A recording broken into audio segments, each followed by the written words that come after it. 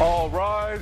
I want viewers watching my show to believe in themselves. Judge Hatchett is compelling. I was not the first one to throw a walk. Let me just tell you what you just said. Compassionate. I really enjoy being a judge. Now I am touching people who I will never know I touched. She's powerful. You should have never let them walk out of your life when she was 3.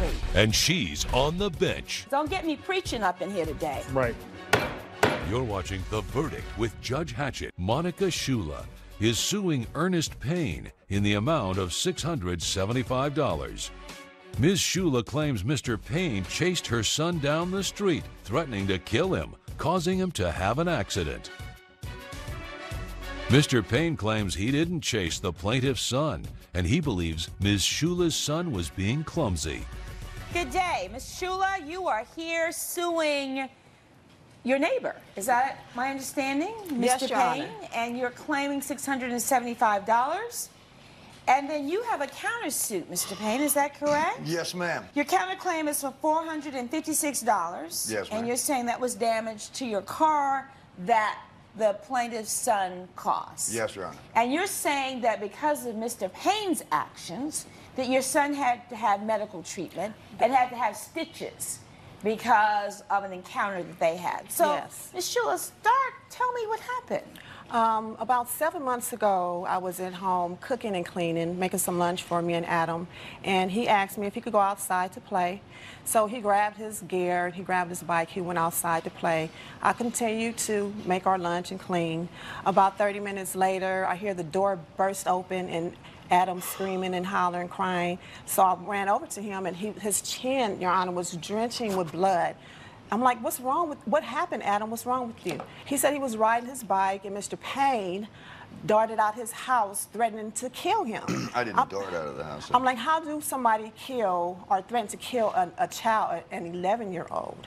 So, Mr. I Payne, did what not. happened? Talk to me. What happened? I was in my living room reading my favorite book, and I heard a bunch of firecrackers go off. And at first I thought it was live ordnance fire. I'm a vet. I've done 2 tours in Iraq, 1 tour in Afghanistan.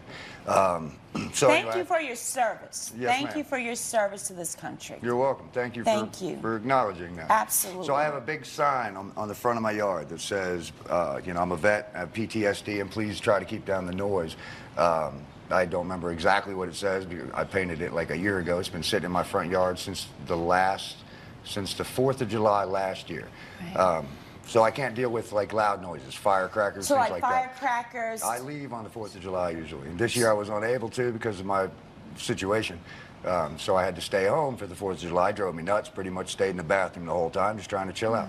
So This sad. is way after the 4th of July. I think this is like the 5th of January, I believe, is when this incident occurred. So I'm in my house. I'm reading this great book, and I hear fireworks. You know, and I could pretty much tell they were fireworks pretty quickly. But it's when I trigger, sometimes it'll be like a blackout scenario. I can't tell what's going on. I just kind of wake up.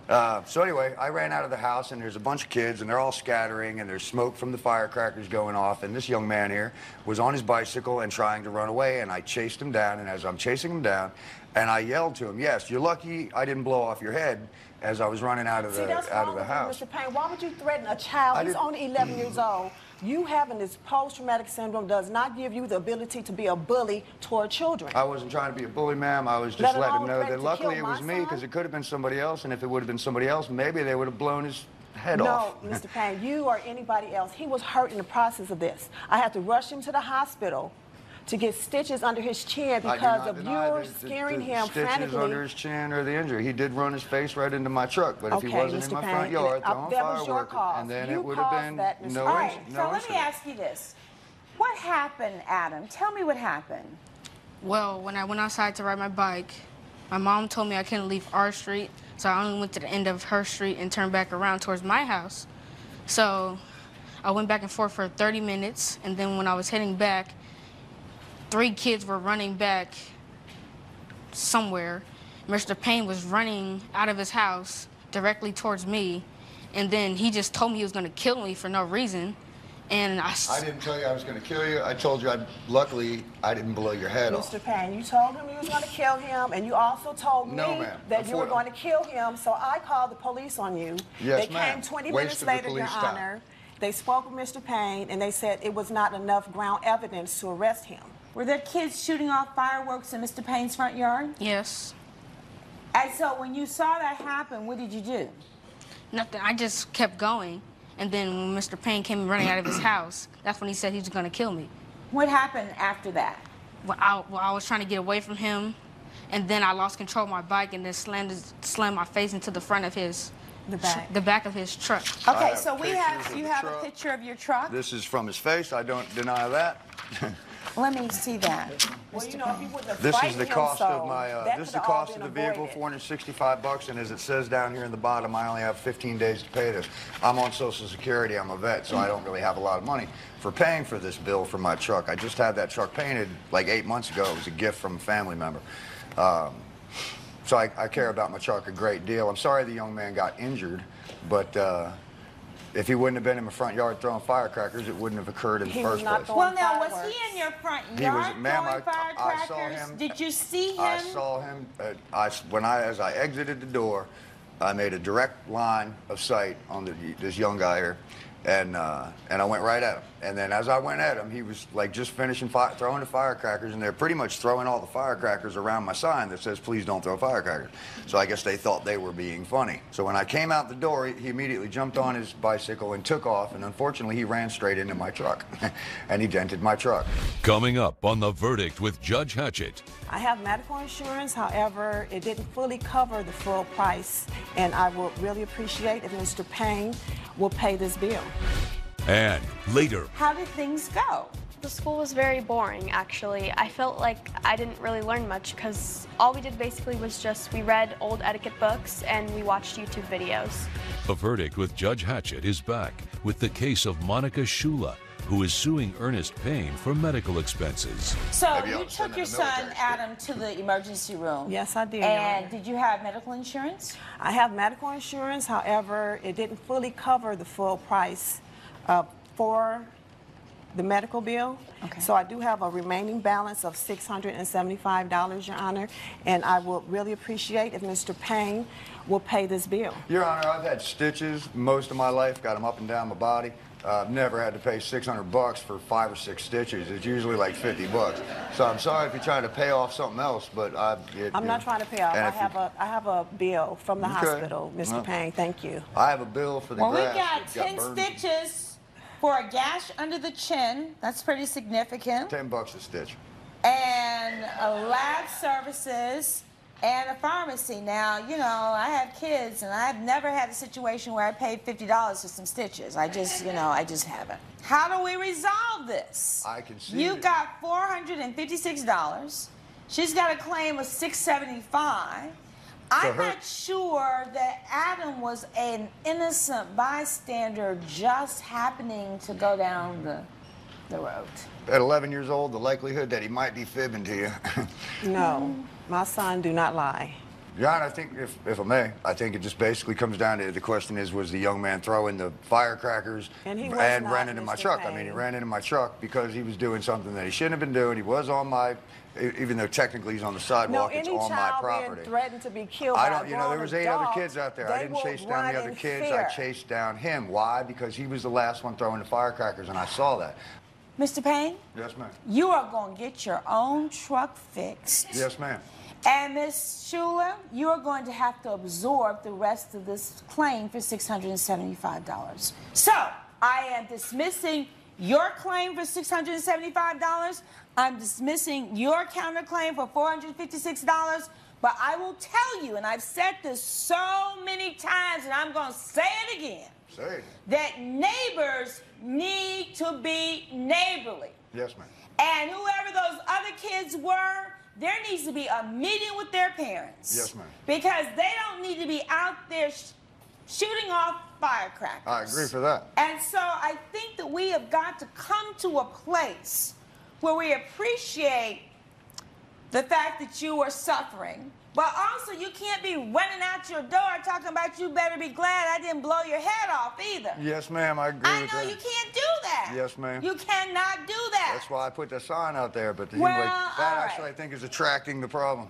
So I'll probably just take the sign down and then I'll be just like a normal person. So maybe there's just a letter that goes to all the neighbors with the kids. That's a great idea. You know, so I'm hoping that we can prevail upon people and their humanity to be sensitive to that. That would be nice. The plaintiff's claim is dismissed.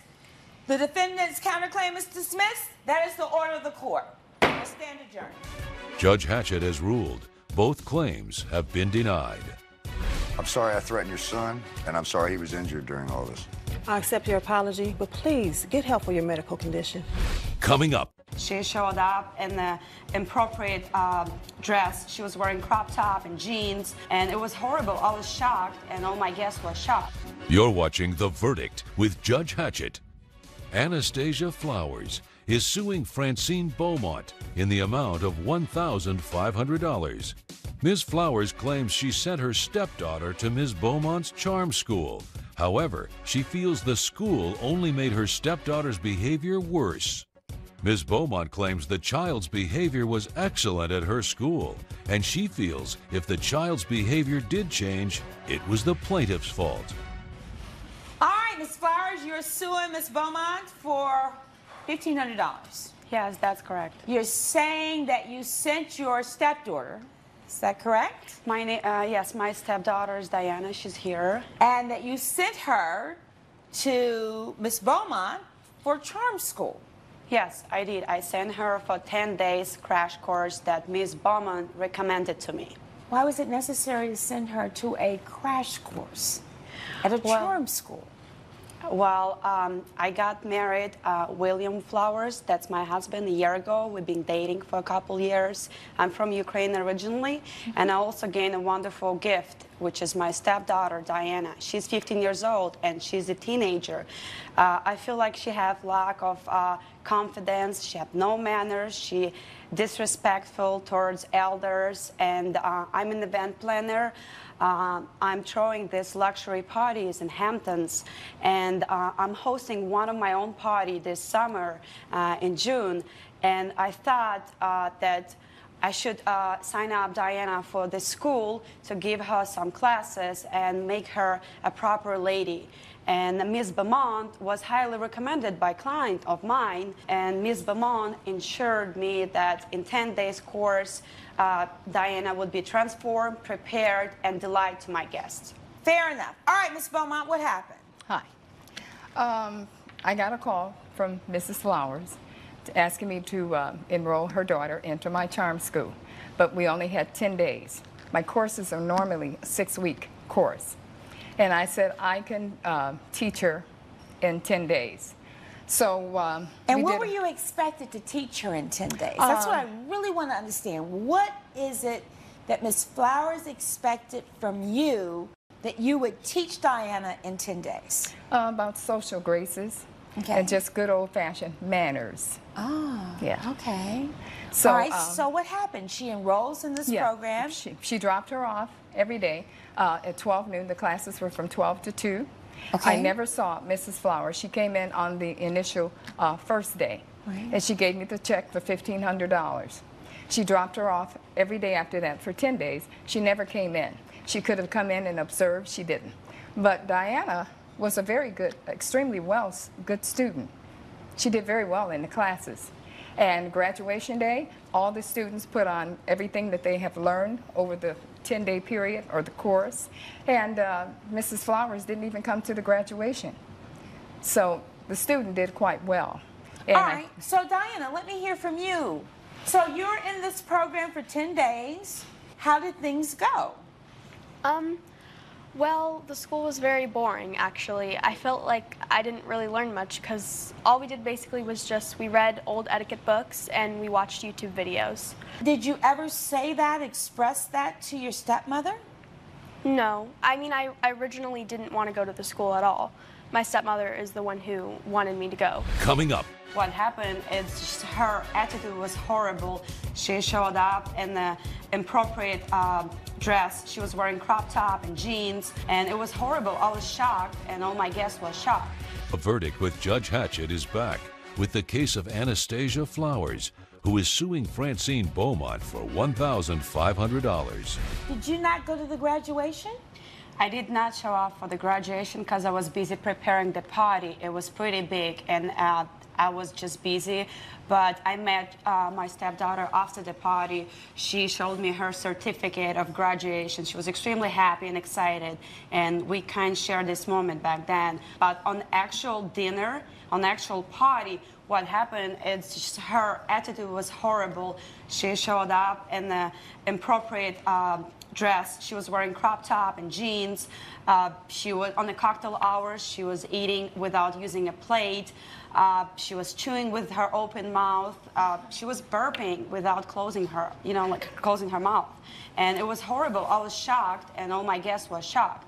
So I don't know what happened. I felt like I got into the fraud because Ms. Beaumont never delivered what she promised to me. She promised that she's gonna take care of my child herself. She's gonna teach her, and she's gonna turn her a proper lady, which she never did. Is it possible, and Diana, I'm gonna look you straight in the eye on this one. Is it possible that you learned correctly from the charm school, but that the day of the party that you were acting out? Yes. I was pretty upset that my stepmom didn't come to my graduation. You know, the truth will just shed light on a lot of things. Judge Hatchett's verdict when we return.